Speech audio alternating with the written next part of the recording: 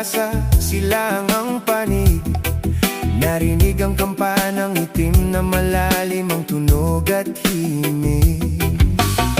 Isang araw sa taon ng soro ng kampana'y tumunog.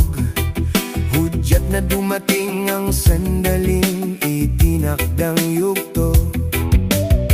May isa na tatahak sa landas na di tiyak ang dulo, patungo sa templo ng hari na lihim at misteryoso. Sa gitna ng bilog siya ay nakatayo't nag-iisa, naghahanap ng sagot sa hiwagang di makita.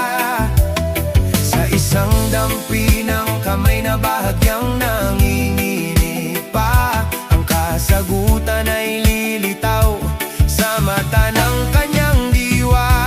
Habang ang liwanag ay naghihintay sa awit ng matanda. Langit, tulungan mo ako. Ang kaniyang sigaw sa tala, at parang libong pakpak, ang biglang umarangkada. Nagningning ang liwanag sa kanya.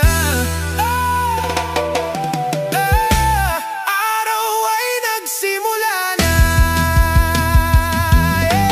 Isang araw sa taon ng soro, muli itong nagbalik. Kampana'y tila umaawit, may dalang lihim na himig. Hudyat ng paglalakbay sa landas na tahimik, patungo sa templo ng hari na tanging iilan ang nakarating.